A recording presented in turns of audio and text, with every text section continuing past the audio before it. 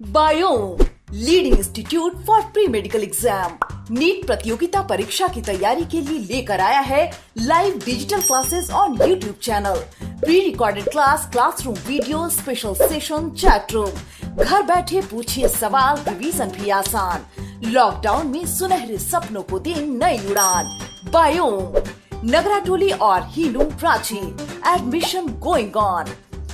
Biome leading institute for pre medical exam. अभी नहीं हुआ है।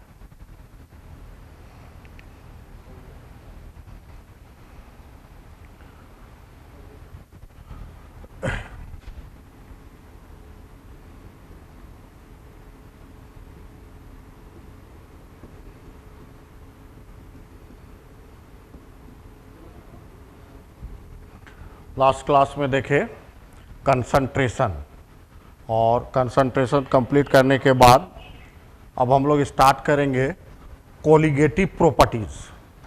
सबसे पहले जानेंगे कि कोलिगेटिव प्रॉपर्टीज़ होता क्या है।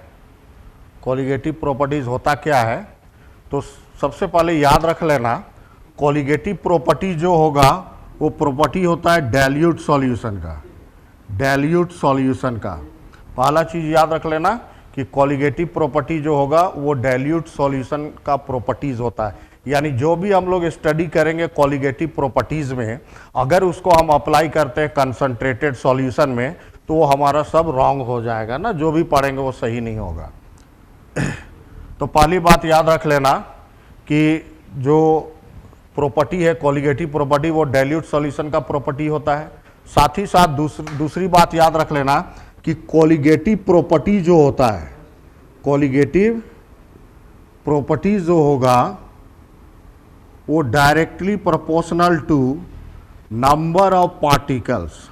नंबर ऑफ पार्टिकल्स,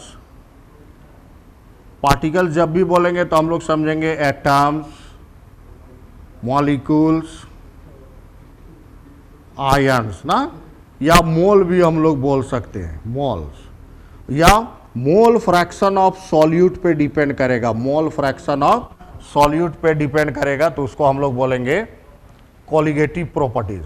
तो दो चीज याद रख लेना। फर्स्ट क्या है कि दीज आर द प्रॉपर्टीज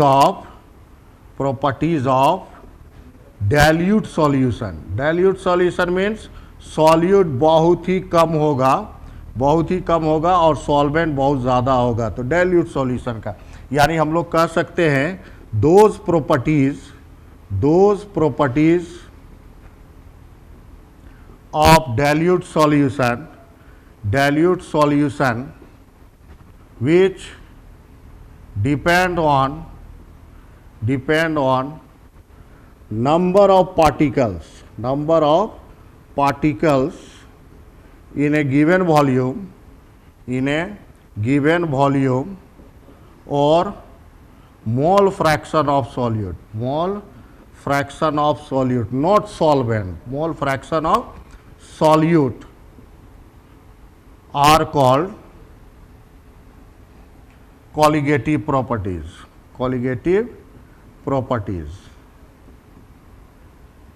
मतलब सिंपली याद रख लेना है कि कोलिगेटिव प्रॉपर्टीज क्या है, डाइल्यूट सॉल्यूशन का प्रॉपर्टीज है जो डिपेंड करेगा नंबर ऑफ पार्टिकल्स पे या मोल फ्रैक्शन ऑफ सॉल्यूट पे, तो उसको हम लोग बोलेंगे कोलिगेटिव प्रॉपर्टी। मतलब नंबर ऑफ पार्टिकल्स अगर चेंज करता है तो तुम्हारा कोलिगेटिव प्रॉपर्टी भी चेंज करेगा। मतलब अगर नंबर ऑफ पार्टिकल बढ़ाएंगे या डिक्रीज करेंगे तो कोलिगेटिव प्रॉपर्टी भी हमारा इंक्रीज और डिक्रीज होगा।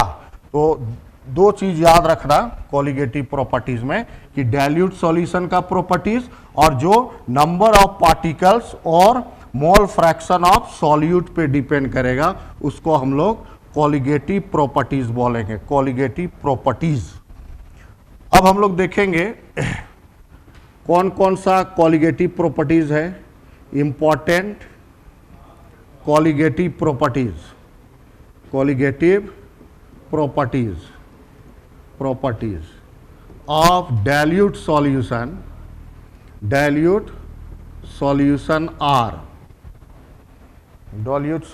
Are. Number 1 lowering in vapor pressure, lowering in vapor pressure, vapor pressure। और सेकेंड है ऑस्मोटिक प्रेशर, ऑस्मोटिक प्रेशर।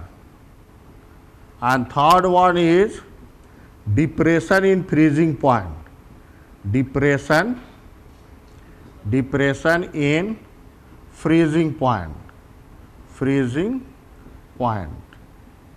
और एक है fourth one elevation in boiling point, elevation in boiling point.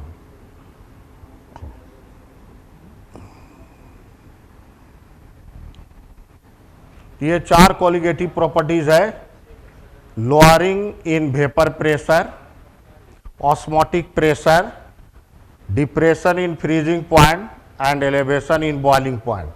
तो लोअरिंग इन वेपर प्रेशर को हम लोग represent करेंगे डेल्टा पी नॉट से, और ऑस्मोटिक प्रेशर को रिप्रेजेंट करेंगे पाई से, और डिप्रेशन इन फ्रीजिंग पॉइंट इसको हम लोग रिप्रेजेंट करेंगे डेल्टा टी एफ से, और एलिवेशन इन बॉइलिंग पॉइंट इसको डेल्टा टी बी से।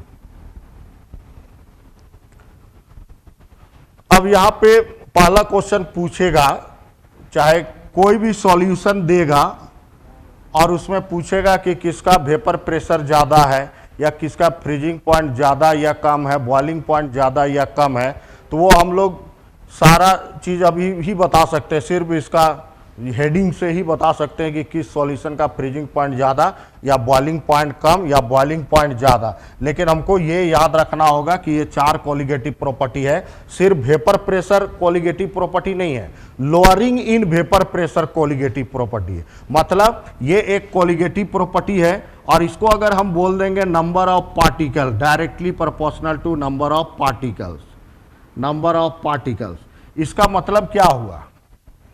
लोअरिंग इन वेपर प्रेशर जो हम लिखे हैं दैट इज एक कोलिगेटिव प्रॉपर्टी है, और कोई भी कोलिगेटिव प्रॉपर्टी होता है directly proportional to number of particle. अब देखो, नंबर ऑफ पार्टिकल अगर इंक्रीज करेंगे तो इसका वेपर प्रेशर क्या होगा? लोअरिंग होगा। ठीक है, अगर हम बात करते हैं elevation in boiling point, elevation in boiling point is directly proportional to number of particle. मतलब अगर इस केस में अगर हम लोग देखते हैं कि नंबर ऑफ पार्टिकल को अगर इंक्रीज करते हैं तो बॉइलिंग पॉइंट एलिवेट हो जाएगा, एलिवेशन होगा बॉइलिंग पॉइंट में। मतलब जितना ज़्यादा पार्टिकल्स होगा उसका बॉइलिंग पॉइंट उतना ही ज़्यादा होगा। लेकिन इस केस में लोअरिंग हो रहा है वेपर प्रेशर, मतलब जितना ज़्यादा नंबर ऑफ पार्टिकल्स होगा वेपर प्रेशर उतना ही कम होगा। या इसी तरह से देख लो depression in freezing point, depression in freezing point, ये एक कोलिगेटिव प्रॉपर्टी है। तो इसको भी हम लोग क्या करेंगे? Number of particle directly proportional कर देंगे। तो इसमें क्या देख रहे हैं? नंबर ऑफ पार्टिकल बढ़ाएंगे तो इसका क्या होगा? डिप्रेशन होगा। मतलब जितना ज़्यादा नंबर ऑफ पार्टिकल्स होगा उसका फ्रीजिंग पॉइंट क्या होगा? उतना ही कम होगा। जैसे एक क्वेश्चन देखेंगे इसमें,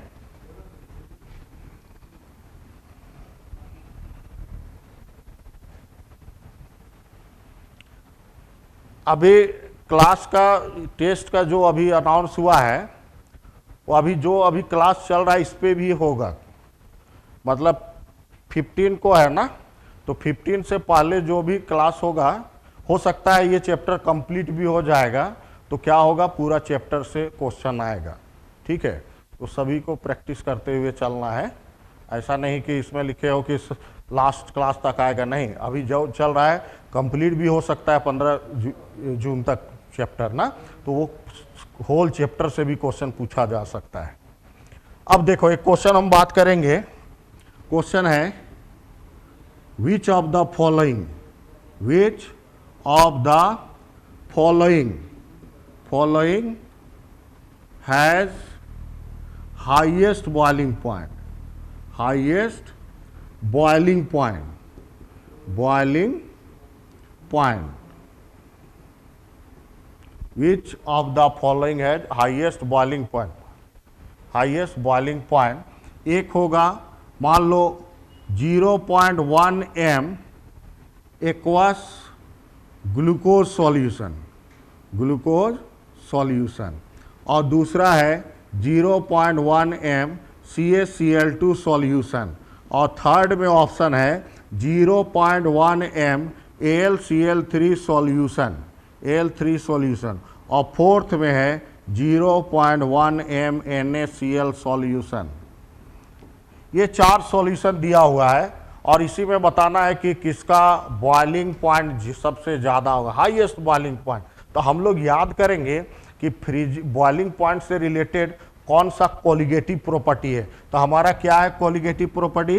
elevation in boiling point, elevation in boiling point that is directly proportional to number of particle. इससे हम लोग क्या समझेंगे, नंबर ऑफ पार्टिकल बढ़ाएंगे तो एलिवेशन होगा, मतलब बॉइलिंग पॉइंट बढ़ेगा। मतलब जिसका जितना ज़्यादा नंबर ऑफ पार्टिकल्स होगा सॉल्यूशन में उतना ज़्यादा क्या होगा, उसका बॉइलिंग पॉइंट होगा। फर्स्ट ऑप्शन में इधर तो सभी का कंसंट्रेशन क्या है, सेम है, डिफरेंट होगा तो उसको हम लोग बाद में देखेंगे, अभी सिर्फ कंसंट्रेशन सेम वाले का हम लोग बात कर रहे हैं।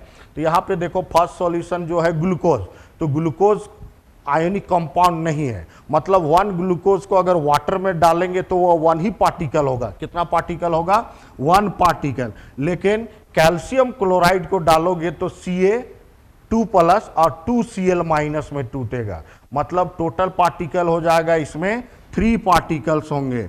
और अगर AlCl3 है, सबको 100% आयोनाइजेशन मानेंगे, तो AlCl3 में 4 है, कितना है? 4 है टोटल पार्टिकल, और NaCl में टोटल पार्टिकल क्या होगा? 2 हो जाएगा। तो elevation in boiling point directly proportional to number of particle. तो जितना ज़्यादा नंबर ऑफ पार्टिकल होगा उसका बॉइलिंग पॉइंट उतना ज़्यादा होगा। मतलब यहाँ पे AlCl3 जो सॉल्यूशन है, AlCl3, इसमें सबसे ज़्यादा नंबर ऑफ पार्टिकल है, मतलब इसका बॉइलिंग पॉइंट क्या होगा? सबसे ज़्यादा होगा।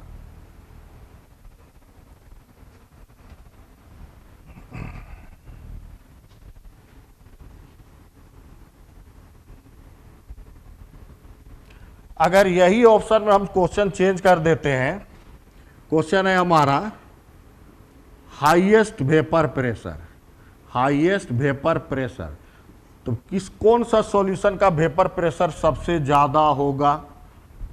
तो फिर याद करेंगे हम लोग कि वेपर प्रेशर से रिलेटेड कौन सा कोलिगेटिव प्रॉपर्टी है।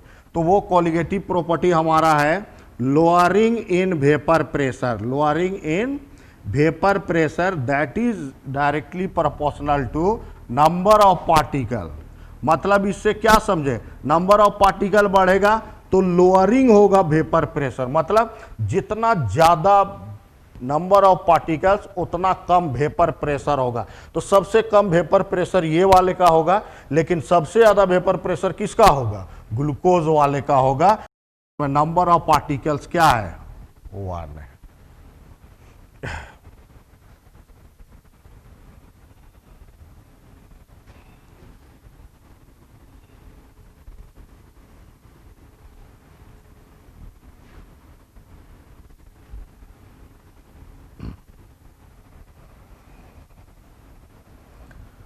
जैसे सिंपली सब बात करते हैं, ये हम वाटर ले लिए, क्या ले लिए?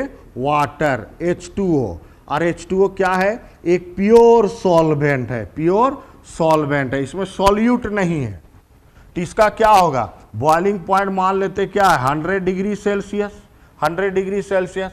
अब इसमें सॉल्यूट पार्टिकल डालेंगे, सॉल्यूट मतलब नंबर ऑफ पार्टिकल्स क्या करेंगे? इसमें इंक्रीज करेंगे। तो नंबर ऑफ पार्टिकल इंक्रीज होगा तो क्या होगा? एलिवेशन इन बॉइलिंग पॉइंट है ना, elevation in boiling point directly proportional to number of particle. मतलब इसमें सॉल्यूट आ जाएगा तो ये क्या बन जाएगा? सॉल्यूशन बन जाएगा। क्या बन जाएगा? सॉल्यूशन बन जाएगा। मतलब 100 डिग्री सेल्सियस किसका हुआ? प्योर सॉल्वेंट का।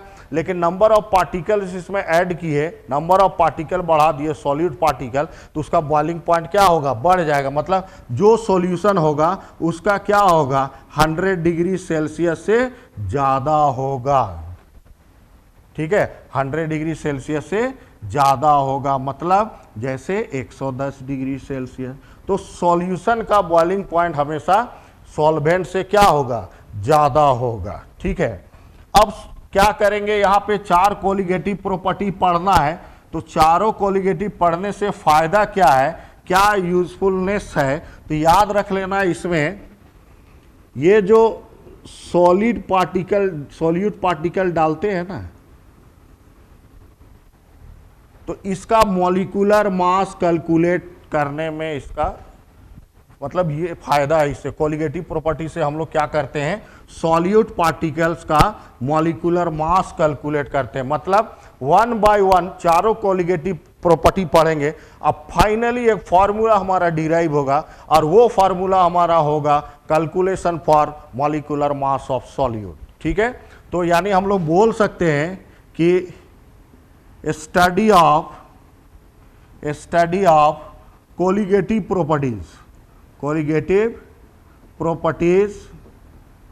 properties are useful in calculating the molecular mass of solute।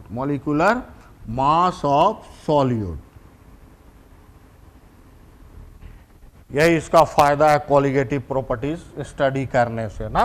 तो हम लोग फर्स्ट कोलिगेटिव प्रॉपर्टी स्टार्ट करेंगे और वो हमारा है lowering in vapour pressure. First colligative property क्या है, लोअरिंग इन वेपर प्रेशर। तो first colligative properties lowering in vapour pressure, lowering in vapour pressure.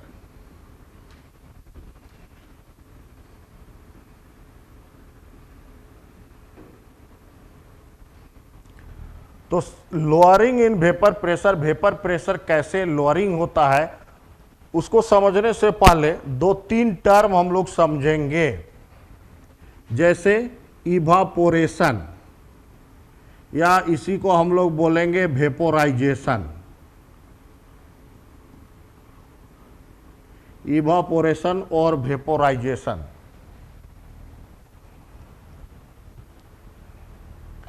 तो एक चीज जानो कि वेपर का फॉर्मेशन कब होता है, कितना टेम्परेचर पे होता है। तो कॉमनली हमारा दिमाग में आता है कि 100 डिग्री सेल्सियस, या कोई स्टूडेंट बोल देगा नहीं 100 डिग्री से थोड़ा ज़्यादा। लेकिन एक बात हम कहना चाहेंगे कि हम लोग बचपन से पढ़ते आए हैं कि नदी तालाब का पानी भाप बन के बादल बनाता है। क्या तालाब के नीचे चूल्हा जला रहता है जो 100 डिग्री सेल्सियस होगा? और हम लोग ये भी जानते हैं कि बर्फ का, आइस का पीस ले लो तो वहाँ से भी वेपर निकलता है। तो क्या बर्फ का टेम्परेचर 100 डिग्री सेल्सियस रहता है? या फिर हम लोग ठंडे के दिन में मुंह खोलते हैं तो क्या होता है, मुंह से भी वेपर निकलता है। तो क्या पेट का टेम्परेचर 100 डिग्री सेल्सियस होता है? जी नहीं। मतलब हमेशा याद रख लेना कि वेपर का फॉर्मेशन ऑल टेम्परेचर पे होगा। Evaporation process takes place at all temperature. तो हमारा जो वो 100 से बाद वाला का बात होता है ना, जो वो स्टीम का बात होता है, गर्म वाला वेपर, ठंडा वाला वेपर कोई भी टेम्परेचर पे ना, हर एक टेम्परेचर पे वेपर का फॉर्मेशन होता है। टेम्परेचर का जरूरत नहीं पड़ता है। हाँ, अगर टेम्परेचर बढ़ाओगे तो जल्दी जल्दी इवापोरेशन होगा, रेट ऑफ इवापोरेशन क्या होगा, बढ़ेगा। ठीक है, तो सबसे पहले देखो कि इवापोरेशन प्रोसेस होता क्या है। तो सिंपली देखो, ये हम क्या ले लिए, एक प्योर सॉल्वेंट ले लिए, वाटर। तो ये उसका सरफेस हो गया, प्योर सॉल्वेंट सरफेस हो गया। अब अभी क्या बताए कि हर एक टेम्परेचर में इवापोरेशन होता है। तो इवापोरेशन मतलब यहां जो है लिक्विड है, ये क्या है, लिक्विड है। तो लिक्विड जो होगा चेंज हो जाएगा किस में, वेपर में चेंज हो जाएगा, वेपर में। ये हम कांस्टेंट टेम्परेचर का अभी बात कर रहे हैं, टेम्परेचर। चलो ढक्कन बंद कर दिए। अब क्या होगा, यहां का जो लिक्विड जो है, एक चीज और बता दें, ये जो लिक्विड का चेंज होना वेपर में, यही प्रोसेस इवापोरेशन होता है। लेकिन कोई भी लिक्विड वेपर में कब चेंज होता है, तो याद रख लेना कि हमारा जो एक रिलेशन है, काइनेटिक एनर्जी जो होता है directly proportional to temperature. Kinetic energy directly proportional to temperature. मतलब टेम्परेचर बढ़ाएंगे तो काइनेटिक एनर्जी भी क्या होगा, बढ़ेगा। अब एक चीज यहां पे बता दो, याद रखेंगे, ये जो लिक्विड का है, लिक्विड, तो लिक्विड का बात कर रहे हैं, तो लिक्विड में सरफेस में भी क्या है, वाटर मॉलिक्यूल है, सॉल्वेंट है सरफेस में भी, और बॉटम पे भी क्या है, वाटर मॉलिक्यूल है। अब हमें यह जानना है कि सरफेस वाला मॉलिक्यूल का टेम्परेचर ज़्यादा होता है या बॉटम वाले का। तो हमेशा तुम लोग याद रखना कि कोई भी वाटर को अगर हम गर्म करते हैं तो गर्म तो यहाँ पे करते हैं, यहाँ पे करते हैं गर्म, तो सबसे पहले यहाँ वाला जो वाटर मॉलिक्यूल है गर्म होगा सबसे पहले, और गर्म हो करके हल्का हो जाएगा और वो सरफेस पे आएगा। फिर ठंडा वाला क्या होगा, फिर बॉटम पे जाएगा। मतलब हमेशा सरफेस वाला का टेम्परेचर क्या होगा, ज़्यादा होगा। सरफेस वाला जो वाटर मॉलिक्यूल या सॉल्वेंट मॉलिक्यूल है उसका टेम्परेचर ज़्यादा होगा, और जिसका टेम्परेचर ज़्यादा होगा उसका क्या होगा, काइनेटिक एनर्जी भी ज़्यादा होगा। एक चीज़ जान लो, सॉलिड, लिक्विड और गैस मॉलिक्यूल का अगर हम बात करते हैं तो सबसे ज़्यादा काइनेटिक एनर्जी गैस मॉलिक्यूल का होता है। सिंपल ये समझो ना, कोई आदमी के पास ज़्यादा पैसा रुपया रहता है तो उड़ने लगता है कि नहीं, यानी अगर गैस के पास हायर काइनेटिक एनर्जी मतलब ज़्यादा रुपया पैसा है तो वो भी क्या होगा, उड़ने लगेगा। तो यहाँ पे देख लो, ये मॉलिक्यूल इसका काइनेटिक एनर्जी क्या है, ज़्यादा है, तो ये क्या हो जाएगा, ये यहाँ सरफेस छोड़ के ट्रांसफर हो जाएगा, किस में, वेपर में ट्रांसफर हो जाएगा। अब देखो ये सरफेस वाला तो चला गया, लेकिन अब ये सरफेस वाला हो गया। अब क्या होगा, ये वेपर बन के उड़ेगा, फिर उसके नीचे सरफेस, मतलब ये स्पॉन्टेनियसली चलता रहेगा। इसमें टेम्परेचर का कोई ज़रूरत नहीं पड़ रहा है कि ऑटोमेटिक सरफेस वाला का काइनेटिक एनर्जी ज़्यादा हो जा रहा है लोअर वाले से। तो वो जिस मॉलिक्यूल का काइनेटिक एनर्जी ज़्यादा हो जाएगा वो ट्रांसफ़र हो जाएगा किस में, वेपर फॉर्म में। और ये प्रोसेस को हम लोग क्या बोलते हैं, इवापोरेशन। जी हाँ, ये जो इवापोरेशन प्रोसेस जो है वो एक सरफेस फेनोमेना है। खाली सरफेस इवापोरेशन होगा और ऑल टेम्परेचर पे होगा, और ये साइड से नहीं होगा, सिर्फ और सिर्फ सरफेस से होगा। यानी हम लोग डिफाइन कर सकते हैं, the process in which molecules having higher kinetic energy leave the surface and transform into vapour form, this process is called evaporation. तो डेफिनेशन हम लोग लिख सकते हैं, the process in which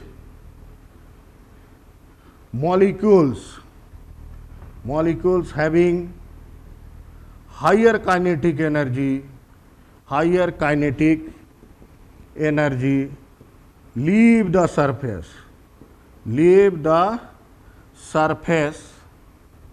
and transform into vapor form is called evaporation. और साथ में याद रख लेना कि इवापोरेशन प्रोसेस सिर्फ कहां से होगा, सरफेस से होगा और ऑल टेम्परेचर पे होगा, ये चीज। अब ठीक है, इवापोरेशन तो समझ में आया। अब हम लोग समझेंगे वेपर प्रेशर समझेंगे। तो सिंपल मीनिंग क्या है, वेपर का प्रेशर को वेपर प्रेशर कहते हैं। लेकिन एक लाइन सिर्फ याद रखना कि कब कहेंगे, तो जरा ध्यान दो। जैसे अगर कोई कंटेनर में अगर गैस मॉलिक्यूल आ जाता है, गैस मॉलिक्यूल, तो वो क्या करता है, यूनिफॉर्मली ऑल डायरेक्शन में प्रेशर एग्जर्ट करता है कि नहीं, ये गैस का है। उसी तरह से देख लो, ये हम क्या किए, ये हम वाटर ले लिए, ये लिक्विड है, चलो ढक्कन बंद कर दिए, कांस्टेंट टेम्परेचर रख दिए। अब क्या होगा, यहाँ से वेपर बनेगा। अब वेपर बनेगा तो क्या होगा, यहाँ वेपर आ जाएगा।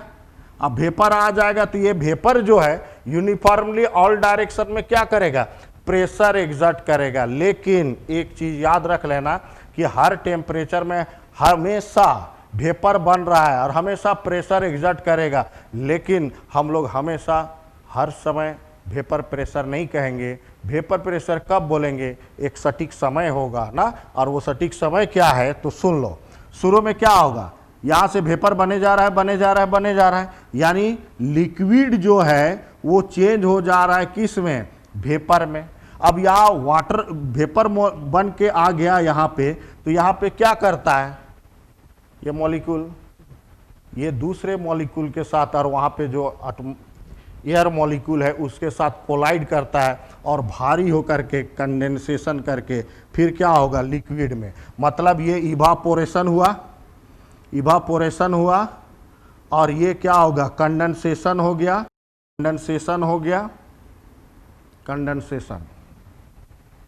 तो शुरू में क्या होगा, वेपर बने जा रहा, बने जा रहा, बने जा रहा, मतलब रेट ऑफ इवापोरेशन ज्यादा होगा और धीरे धीरे कंडेंसेशन होगा। इनिशियली रेट ऑफ इवापोरेशन क्या होगा, ज्यादा होगा, और रेट ऑफ कंडेंसेशन क्या होगा, कम होगा। लेकिन जब यहाँ का एटमॉस्फेयर पूरी तरह से सैचुरेटेड हो जाएगा तो जैसे ही यहाँ जाएगा यहाँ आ जाएगा, मतलब रेट ऑफ इवापोरेशन और रेट ऑफ कंडेंसेशन दोनों इक्विलिब्रियम में आ जाएगा। उस समय देखेंगे ये क्या प्रेशर एग्जर्ट कर रहा है, उसी को हम लोग वेपर प्रेशर कहते हैं। सिंपली वेपर का प्रेशर को वेपर प्रेशर, लेकिन कब? When rate of evaporation and rate of condensation both are in equilibrium, उस समय हम लोग क्या बोलेंगे, vapour pressure.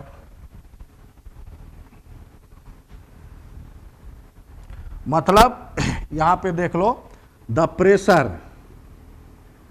Pressure exerted by the vapor when both rate of evaporation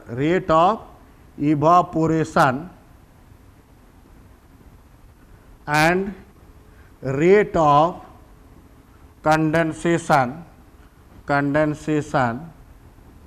are in equilibrium is called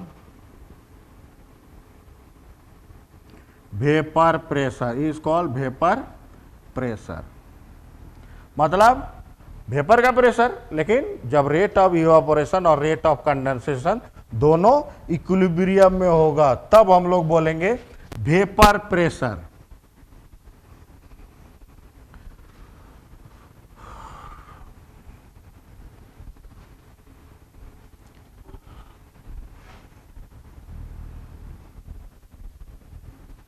अब हम लोग देखेंगे effect of temperature on vapour pressure.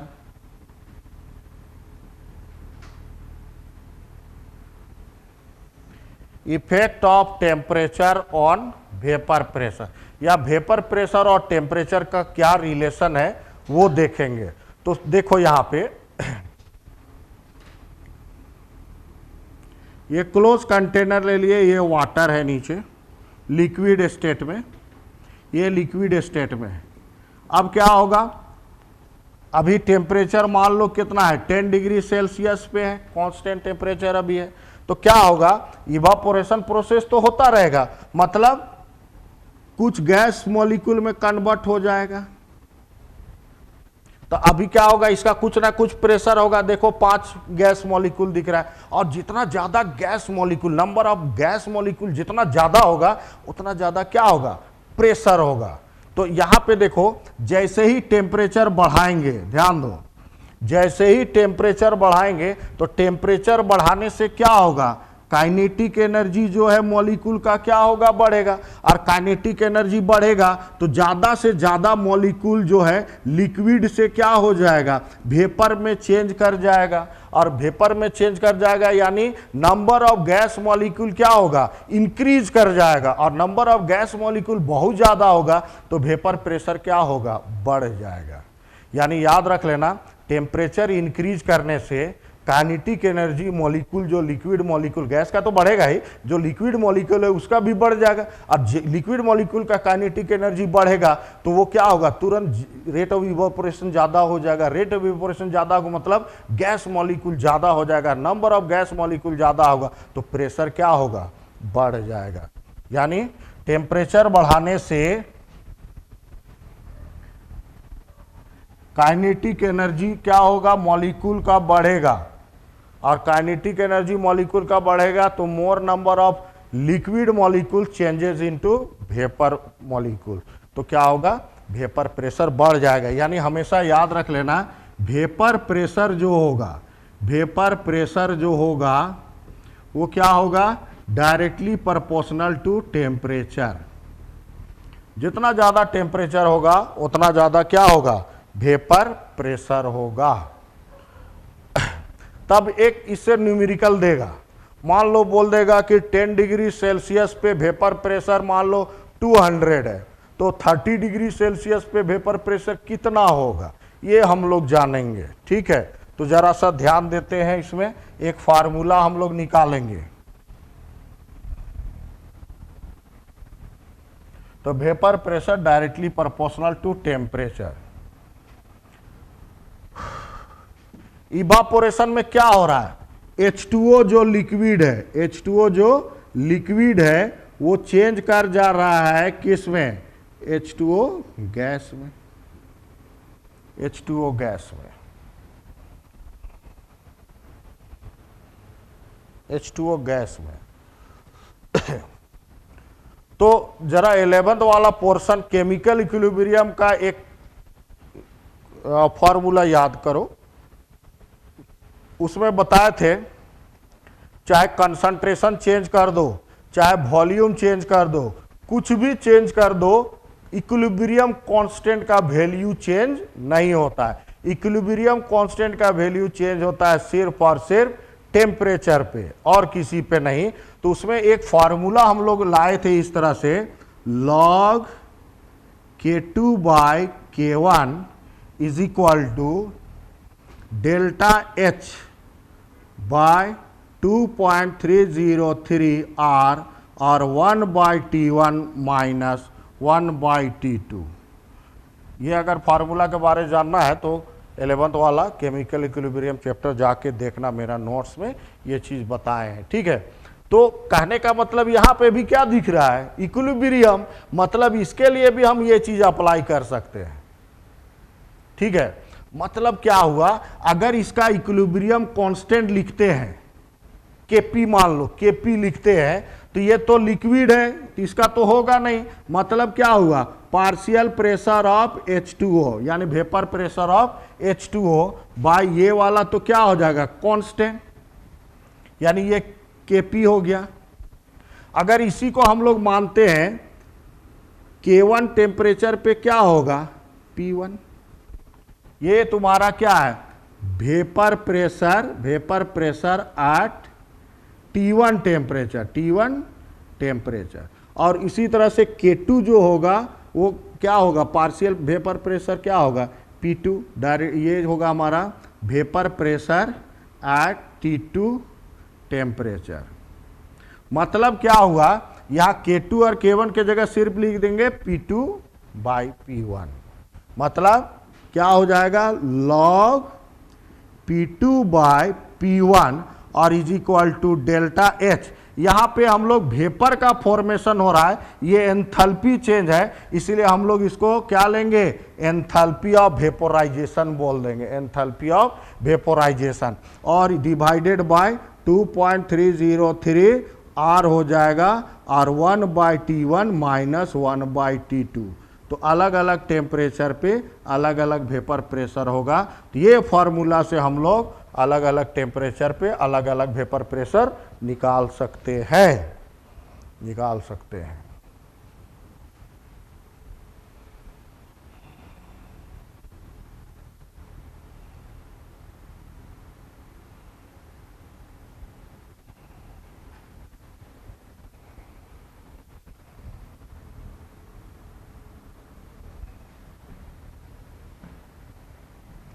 इसका भी नोट्स मिलेगा डेली के तरह, है ना। इसमें टेंशन नहीं लेना, खाली अभी ध्यान से देखो तुम लोग।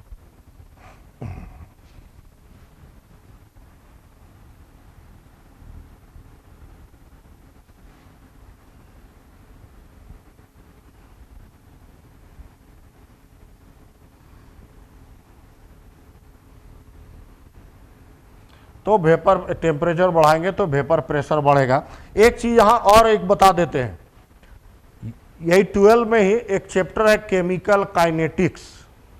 केमिकल काइनेटिक एकदम सिमिलर फार्मूला वहां पे भी नजर आएगा, तो वहां पे हम लोग डिराइव करके देखेंगे, लेकिन वो फार्मूला क्या है देख लो।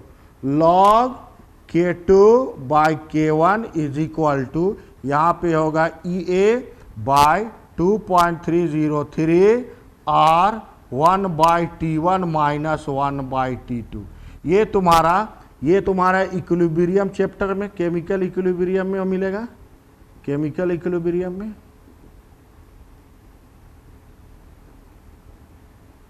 और ये वाला तुम्हारा chemical kinetics, chemical kinetics. Kinetics मतलब मोशन होता है, केमिकल का मोशन मतलब रेट ऑफ रिएक्शन, इसमें पढ़ाई होता है केमिकल काइनेटिक्स में।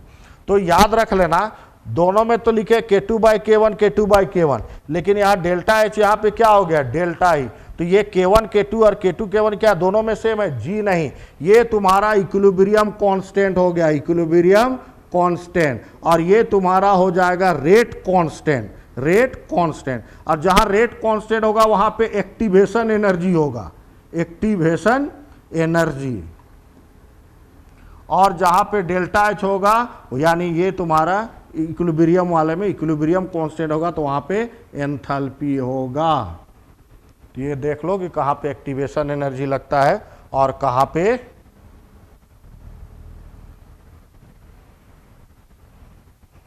एक्टिवेशन एनर्जी और कहां पे एंथैल्पी चेंज। तो इक्विलिब्रियम कांस्टेंट होगा तो एंथैल्पी, और अगर रेट कांस्टेंट होगा तो एक्टिवेशन एनर्जी। ठीक है, चलो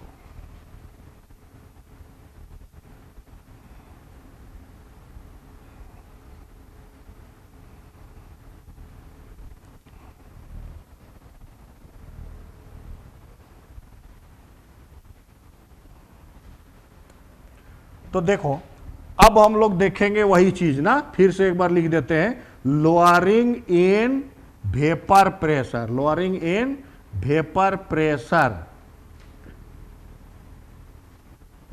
lowering in vapour pressure, vapour pressure का कम होना।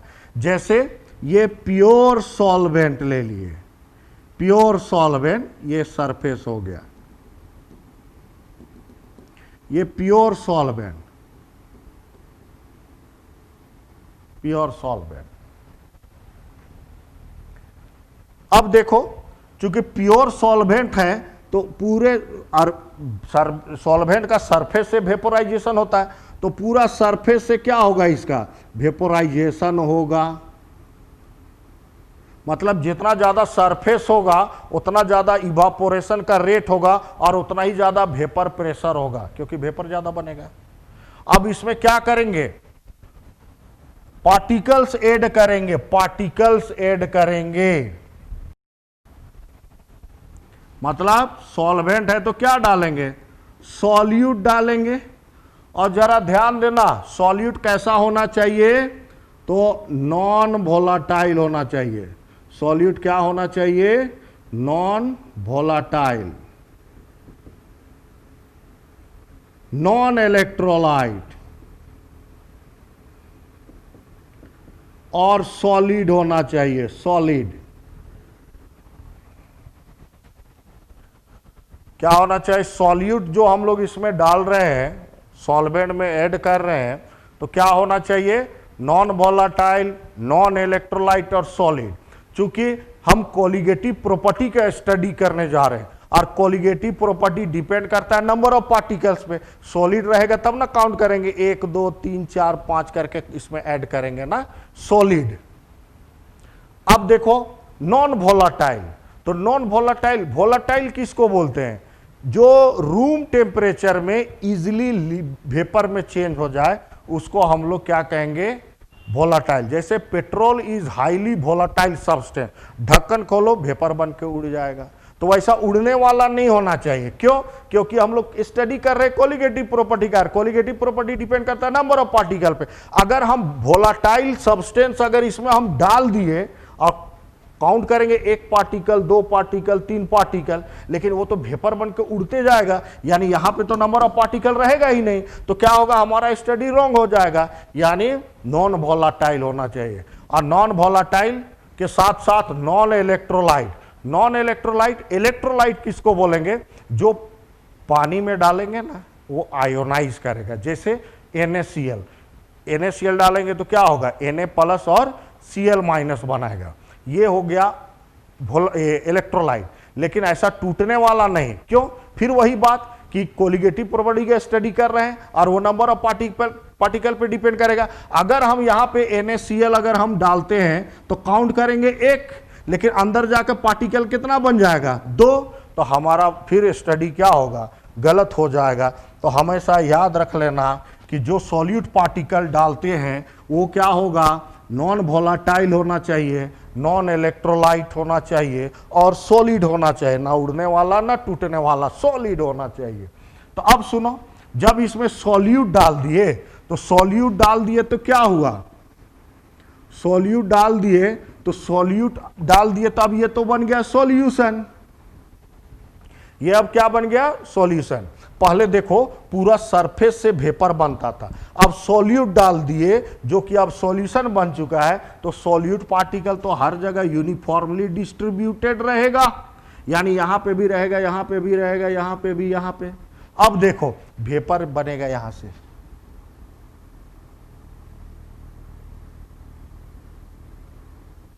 तो क्या देख रहे हो, सरफेस जो है सॉल्वेंट का अब कम हो गया, that is occupied by the solute particle. तो क्या होगा, इससे कंपेयर करो तो रेट ऑफ इवापोरेशन कम होगा, कम वेपर बनेगा, और रेट ऑफ इवापोरेशन कम होगा तो वेपर प्रेशर क्या होगा, कम हो जाएगा। तो देखो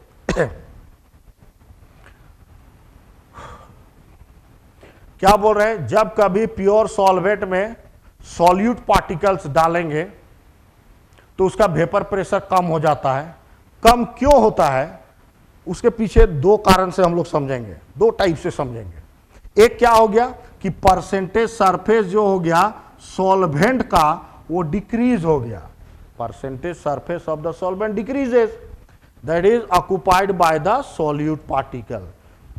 इसीलिए क्या होगा, रेट ऑफ इवापोरेशन और वेपर प्रेशर डिक्रीज कर जाएगा। या दूसरे तरह से समझो, 11 में गैसियस स्टेट में तुम लोग पढ़े हो grams law of diffusion, grams law of diffusion. हम यहां पे चेंज कर देते हैं ग्राम्स लॉ ऑफ इवापोरेशन कहेंगे, इवापोरेशन।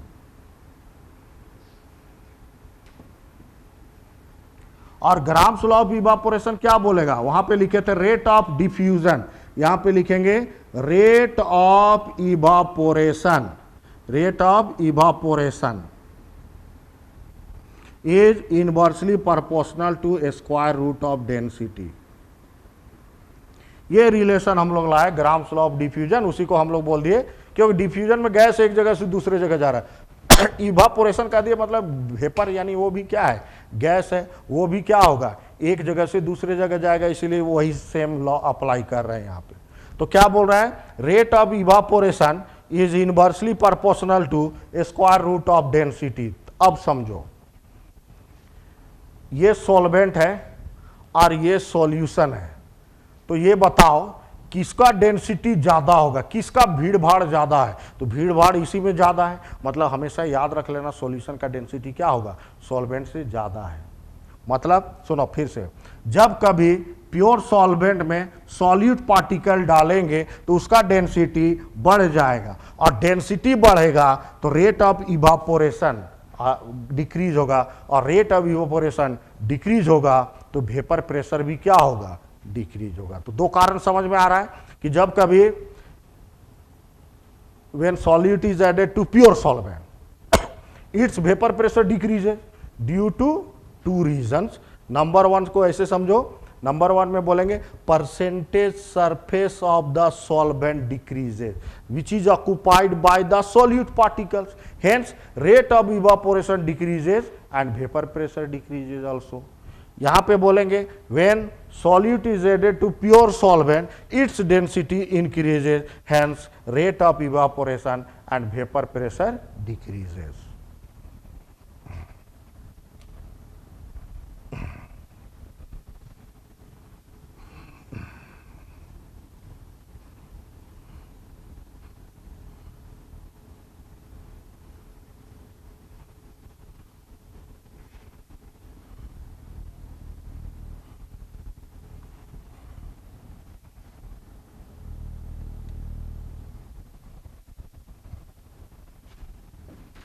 ये प्योर सॉल्वेंट ले लिए, प्योर सॉल्वेंट,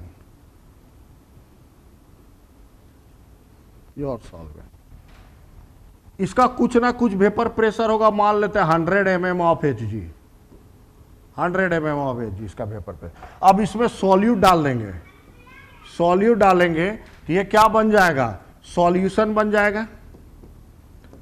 तो अभी अभी सीखे ना, इसका वेपर प्रेशर क्या होगा, कम हो जाएगा। कम हो गया मतलब मान लेते हैं कितना, 80 mm ऑफ Hg हो गया। मतलब क्या समझे, ये प्योर सॉल्वेंट का वेपर प्रेशर है और ये सॉल्यूशन का वेपर प्रेशर है। यानी हम लोग बोल सकते हैं vapour pressure of pure solvent, pure solvent is always higher than that of solution। तो हमेशा सॉल्वेंट का वेपर प्रेशर जो होगा वो सॉल्यूशन से क्या होगा, ज्यादा होगा। तो पहले था 100, सॉल्यूट डालने के बाद हो गया 80, कितना से लोअरिंग हुआ है, तो पहले 100 था अब 80 हो गया, मतलब 20 से लोअरिंग। और 20 कैसे आया, तो 100 माइनस 80 मतलब 20। अगर इसको हम पी नॉट मान ले, vapour pressure of pure solvent, और इसको हम PS मान ले, वेपर प्रेशर ऑफ सॉल्यूशन, तो इसी को हम लोग क्या लिख सकते हैं, पी नॉट माइनस PS, और यही हमारा क्या होगा, डेल्टा पी नॉट। मतलब lowering in vapour pressure is the difference of vapour pressure of pure solvent and vapour pressure of solution. यानी बोलेंगे ना difference of vapour pressure of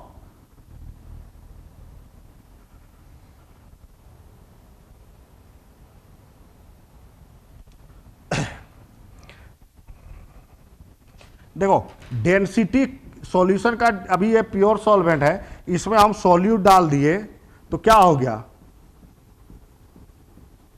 density मतलब क्या होता, मास पर यूनिट वॉल्यूम। अगर हम यहां पे प्योर सॉल्वेंट ले लिए वाटर, अब इसका एक यूनिट वॉल्यूम ले लेंगे, यूनिट वॉल्यूम यहां से इतना निकाल लिए और उसको मेजर करेंगे मास, और यहां से उतना ही बड़ा वॉल्यूम निकाल लेंगे और मेजर करेंगे। तो यहां तो सिर्फ और सिर्फ क्या आएगा, सिर्फ वाटर आएगा, और यहां पे क्या आएगा, वाटर के साथ साथ क्या होगा, कुछ सॉल्यूट पार्टिकल भी होगा। तो ये ज्यादा हुआ कि नहीं, यानी मास पर यूनिट वॉल्यूम क्या हो जाएगा, सॉल्यूशन का ज्यादा होगा, यानी उसी को बोलेंगे डेंसिटी ज्यादा होगा।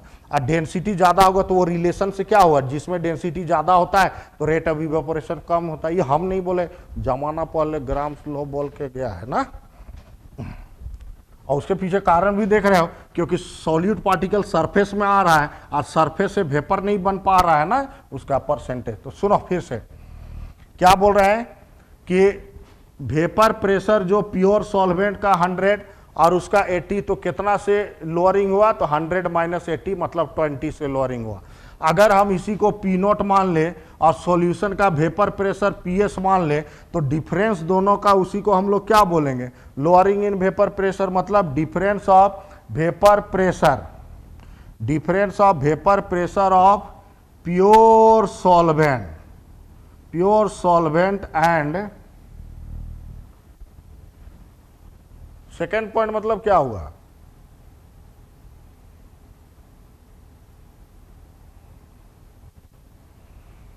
फिर से इसको देख लो।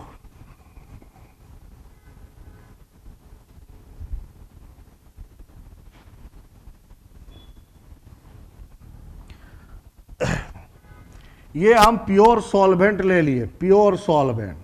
इसका वेपर प्रेशर 100 mm है, मान लेते हैं 100 mm ऑफ Hg। ये प्योर सॉल्वेंट हो गया, प्योर सॉल्वेंट। अब इसमें क्या करेंगे, सॉल्यूट डाल देंगे, सॉल्यूट। तो अब ये क्या बन जाएगा, हमारा सॉल्यूशन बन जाएगा। क्या बन जाएगा, सॉल्यूशन। तो अभी सीखे ना, प्योर सॉल्वेंट में अगर तुम नंबर ऑफ पार्टिकल बढ़ाओगे, सॉल्यूट डालोगे, तो उसका वेपर प्रेशर क्या होता है, कम हो जाता है। तो चलो सॉल्यूशन का क्या हुआ, 80 mm। तो इससे हम लोग क्या समझेंगे कि सॉल्वेंट का वेपर प्रेशर हमेशा क्या होगा, ज़्यादा होगा सॉल्यूशन से। कितना से लोअरिंग हुआ, तो 100 - 80 तब ना 20 आया। यानी इसको PS P नोट मान लेंगे और इसको PS। P नोट क्या है, vapour pressure of pure solvent. PS क्या है, वेपर प्रेशर ऑफ सॉल्यूशन। दोनों का डिफरेंस लेंगे तो क्या होगा, P नोट - PS। और इसी को बोलेंगे lowering in vapour pressure, lowering in vapour pressure. Sound कम है, बोल रहे हैं लोग, साउंड कम है। तो याद रखना, लोअरिंग ऑफ वेपर प्रेशर किसको बोलेंगे, लोअरिंग इन वेपर प्रेशर। तो difference between vapour pressure of pure solvent and vapour pressure of solution. तो इसी को लिखे थे, 2 पॉइंट लिखे थे कि वेपर प्रेशर जो होगा प्योर सॉल्वेंट जो होगा is always higher than that of solution. और दूसरा लोअरिंग इन वेपर प्रेशर किसको बोलेंगे, तो बोलेंगे difference in vapour pressure of pure solvent and vapour pressure of solution is called lowering in vapour pressure. यानी pure solvent का vapour pressure और solution का वेपर प्रेशर दोनों का डिफरेंस जो होगा वही हमारा कहलाएगा लोअरिंग इन वेपर प्रेशर। तो अब देख लो हम लोग मान लेते हैं लेट P नोट को मान लिए vapour pressure of pure solvent, और PS को हम लोग बोलेंगे वेपर प्रेशर ऑफ सॉल्यूशन। और दोनों में बड़ा कौन है, P नोट - PS। और बड़ा माइनस छोटा ही क्या कहलाएगा, लोअरिंग कहलाएगा। मतलब lowering in vapour pressure is equal to क्या होगा, तो बोलेंगे P नोट - PS। यही लोअरिंग है। हाइंग नहीं होता है ना। जब कभी हम लोग डालेंगे ना सॉल्यूट पार्टिकल, तो हमेशा वेपर प्रेशर क्या होगा, कम ही होगा। तो colligative property lowering in vapour pressure होता है, हायरिंग इन वेपर प्रेशर नहीं ना। वो 4 कोलिगेटिव प्रॉपर्टी बस उसी को ध्यान रखेंगे, lowering in vapour pressure, osmotic pressure, depression in freezing point, elevation in boiling point, ये देखेंगे, अपने तरफ से नहीं डालेंगे ना। तो अब देखो लोअरिंग इन वेपर प्रेशर क्या हुआ, P नोट - PS। एक चीज जान लो, relative lowering in vapour pressure, relative lowering. अब रिलेटिव लोअरिंग कैसे निकालते हैं, तो तुम लोग फिजिक्स में फर्स्ट चैप्टर में पढ़े होगे एरर इन मेजरमेंट। उसमें क्या होता है, डिफरेंस ले लेते हैं तो क्या होता है, एरर आता है। और डिवाइडेड बाय इनिशियल वाला लेते हैं तो यही क्या हो गया, रिलेटिव एरर। इनटू 100 कर देते हैं तो क्या होता है, परसेंटेज एरर। तो हम लोग को खाली रिलेटिव एरर, मतलब relative lowering in vapour pressure, मतलब जो lowering in vapour pressure divided by initial vapour pressure ना, मतलब vapour pressure of pure solvent. तो ये हमारा हो गया relative lowering in vapour pressure, relative lowering in vapour pressure. तो क्लियर है, lowering in vapour pressure P naught minus P S, relative lowering in vapour pressure P naught minus P S by P not.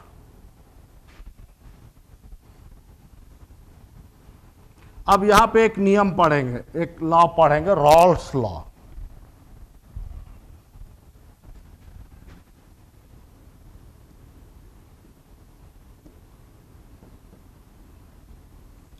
तो देखो इस chapter में Rawls law 2 पढ़ना है।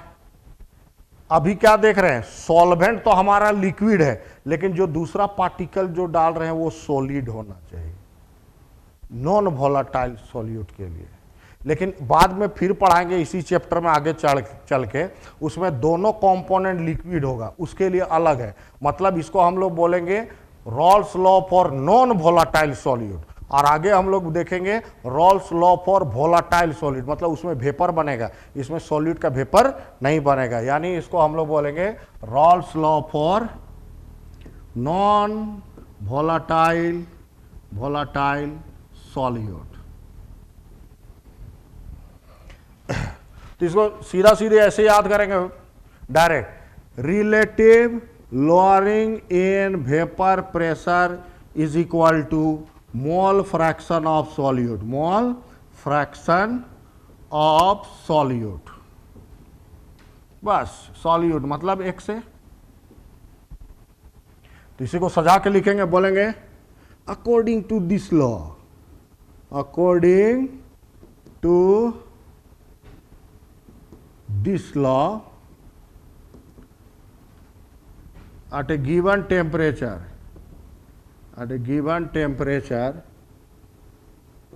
the relative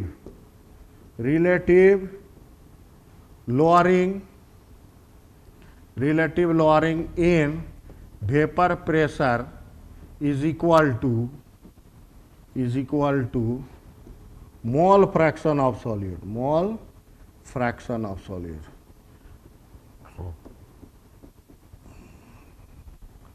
मतलब simply relative lowering in vapour pressure is equal to mole fraction of solute. तो अब पता चला कि सिर्फ हम relative lowering in vapour pressure सिर्फ क्यों नहीं बताए, बल्कि रिलेटिव लोअरिंग भी बताएं। यही वजह था कि यहाँ पे हमको ये नियम क्या बोलता है, relative lowering in vapour pressure is equal to mole fraction of solute. मतलब फॉर्मूला में लिखेंगे तो क्या होगा, P naught minus P S by P naught is equal to X A mole fraction solute, या इसी को लिखेंगे P naught minus P S by P naught is equal to X A को हम लोग लिख सकते हैं N A by N A plus N B.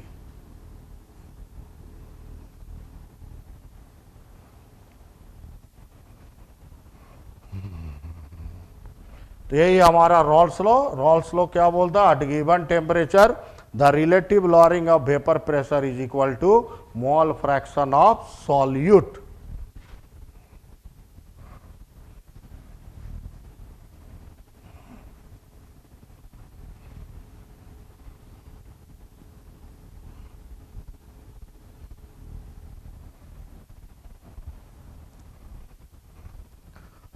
तो अभी देखो न्यूमेरिकल जो बनेगा उसके लिए फॉर्मूला हम लोग यूज करेंगे एक से। जरा ध्यान दो, दिखने में तो छोटा दिख रहा है, लेकिन अगर इसमें वैल्यू सब बैठाओगे तो थोड़ा सा कैलकुलेशन में लेंदी हो जाएगा, क्योंकि इसको N A by N A plus N B सब भी करेंगे तो और कैलकुलेशन लेंदी होगा। तो कभी कभी तो ऐसा लगेगा जैसे एनसीईआरटी का क्वेश्चन सब बनाओगे तो फिर बोलोगे छोड़ दो कैलकुलेशन नहीं करेंगे, लेकिन इसी को और आसान बनाने के लिए इसका हम लोग मॉडिफिकेशन करेंगे। मॉडिफिकेशन जैसे बायोलॉजी सब में पढ़ते हैं ना, बॉटनी होती है, underground modification of stem root, तो वैसे हम लोग मॉडिफिकेशन कर।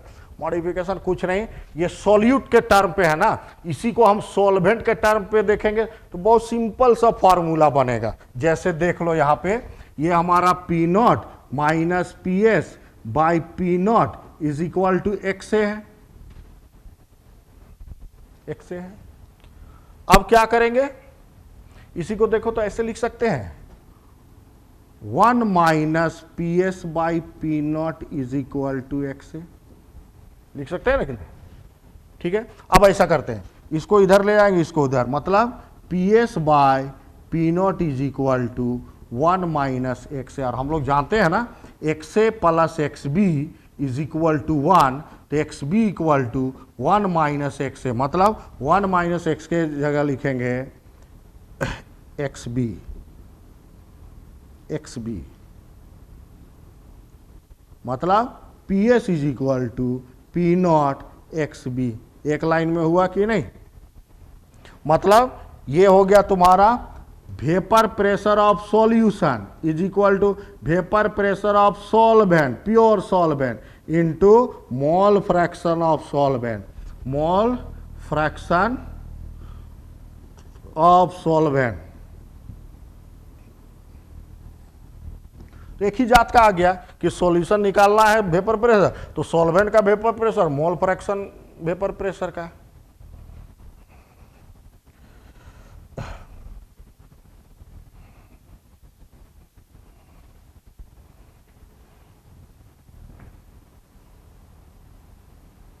और क्लास जब कोलिगेटिव प्रॉपर्टी बता रहे थे तो बोले थे कि इसका फायदा क्या है, तो हम लोग बोले थे ना कि calculation for molecular mass of solute. अब यही फार्मूला से हम लोग मॉलिक्यूलर मास सॉल्यूट का कैलकुलेट करेंगे।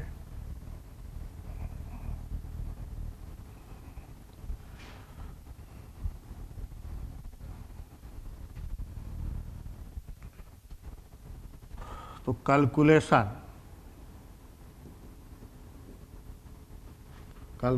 Of molecular mass of solute.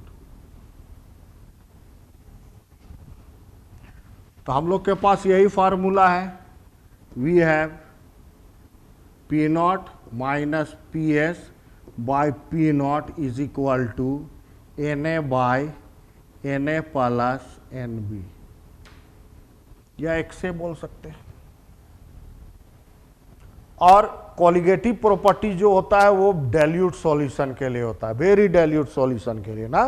तो यहां पे देख लो for very dilute solution, very dilute solution. तो वेरी डाइल्यूट सॉल्यूशन मतलब क्या हुआ, मान लो ये बड़ा सा ड्रम ले लिए, अब इसमें हम क्या कर रहे हैं, पानी ले लिए, शरबत बनाना है, बड़ा सा ड्रम। अब क्या किए, थोड़ा सा चीनी डाल दिए, थोड़ा सा, बस। तो पहले क्या था, सॉल्वेंट था, अब इसमें सॉल्यूट डाल दिए, तो अब बन गया ना सॉल्यूशन। भले ही नया आदमी जो नहीं देखा होगा चीनी डालते हुए आके चखेगा तो वो बोलेगा अरे इसमें तो खाली प्योर सॉल्वेंट है। मतलब सॉल्वेंट के कंपेयर में सॉल्यूट क्या है, बहुत कम है। मतलब बोल सकते हो Na जो है, मोल्स ऑफ सॉल्यूट जो है बहुत कम है, किससे, मोल्स ऑफ सॉल्वेंट से। मतलब Na प्लस Nb अगर ऐड करना है तो इसको तो हम नेगलेक्ट कर सकते हैं इसके कंपेयर में, मतलब ये नेगलेक्ट हो जाएगा तो क्या बनेगा, Nb होगा। क्या होगा, Nb हो जाएगा। मतलब यहां पे जो Na प्लस Nb है, उसके जगह हम लोग सिर्फ क्या लिखेंगे, P naught is equal to Na by Nb। अब देखो फॉर्मूला हम लोग इसी को याद रखेंगे, यही फॉर्मूला Na बाय Nb। हाँ, नोट्स अच्छा दिखेगा करके इस पे और आगे बढ़ते हैं, लेकिन हम लोग यही तक याद रखेंगे। तो यहाँ पे क्या होगा, P naught minus P S by P not. अब देखो तो Na को हम लोग लिख सकते हैं WA by MA divided by, इसको क्या लिख सकते हैं, WB बाई MB। मतलब P naught minus P S by P naught is equal to WA by MA into ऊपर में चला जाएगा MB बाय WB, और यही हमारा मॉलिक्यूलर मास ऑफ सॉल्यूट है, मॉलिक्यूलर मास ऑफ सॉल्यूट। तो क्या करो, इसको इधर ले जाओ, ये उधर उधर जाएगा। मतलब molecular mass of solute is equal to weight, ये इधर चला जाएगा तो P naught by P naught minus P S, ठीक है, into WA into MB by WB तो इतना बड़ा फॉर्मूला याद नहीं रखेंगे, ये नोट्स अच्छा दिखने के लिए लिख लेंगे, लेकिन हम लोग याद रखने के लिए यही फार्मूला याद रखेंगे यहाँ से। ये तो आसानी है, relative lowering in vapour pressure that is equal to Na/Nb। अब देखो मोल फ्रैक्शन ना देकर के मोललिटी दे देगा और relative lowering of vapour pressure का प्रॉब्लम देगा, तो अब क्या करेंगे, यही फार्मूला को हम लोग देखेंगे कि मोललिटी उस फार्मूला में कैसे आएगा।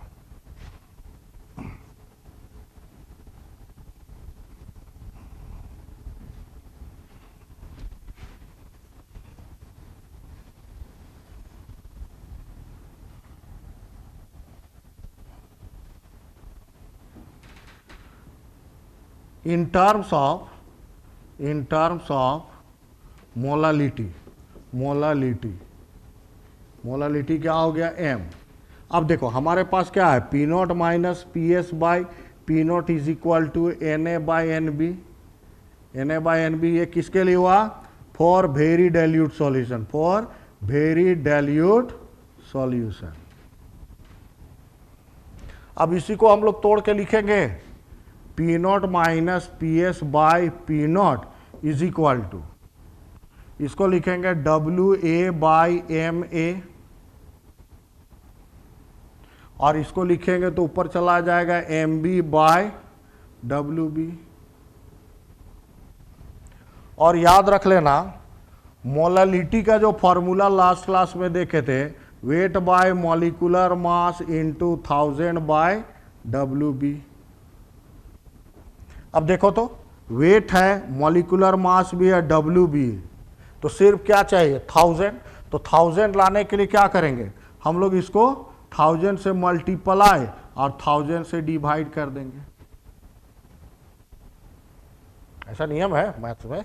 तो क्या होगा देखो तो, ये WA/MA और WB और ये 1000, इसके जगह क्या लिख सकते हैं, मोलालिटी, मतलब P naught minus P S by P naught is equal to, इसके जगह हम लोग लिख लिए मोलालिटी, और ये मॉलिक्यूलर मास बाय 1000, यानी मोलालिटी इक्वल टू हो जाएगा, ये सब इधर भेज दो, तो क्या होगा, मोलालिटी इक्वल टू होगा P naught minus P S by P not, 1000 ऊपर चला जाएगा और मॉलिक्यूलर मास ऑफ सॉल्वेंट नीचे आएगा। तो इससे हम लोग मोलालिटी भी निकाल सकते हैं।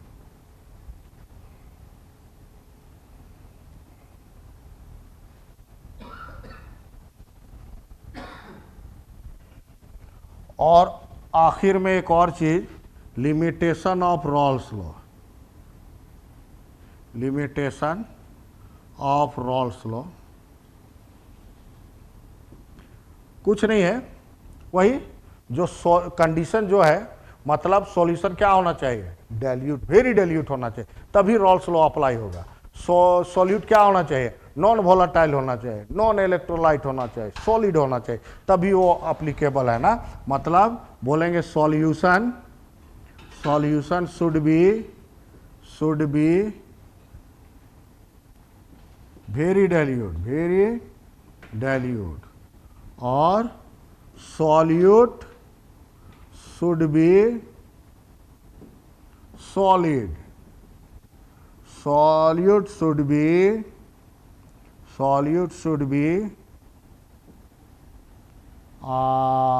non volatile, और ये हमारा solute should be non electrolyte। ये लिमिटेशन, तो ये हमारा क्या रहा, colligative property, first colligative property that is lowering in vapour pressure. अब ये सारा फार्मूला से डिराइव कर दिए हैं, नेक्स्ट डे इसको फिर से ये देख करके आना। नेक्स्ट क्लास में हम लोग पहले इसका 2-4 न्यूमेरिकल करेंगे, अच्छा, उसके बाद सेकेंड कोलिगेटिव प्रॉपर्टी पढ़ेंगे। तो आज इतना ही देखते हैं, ठीक है।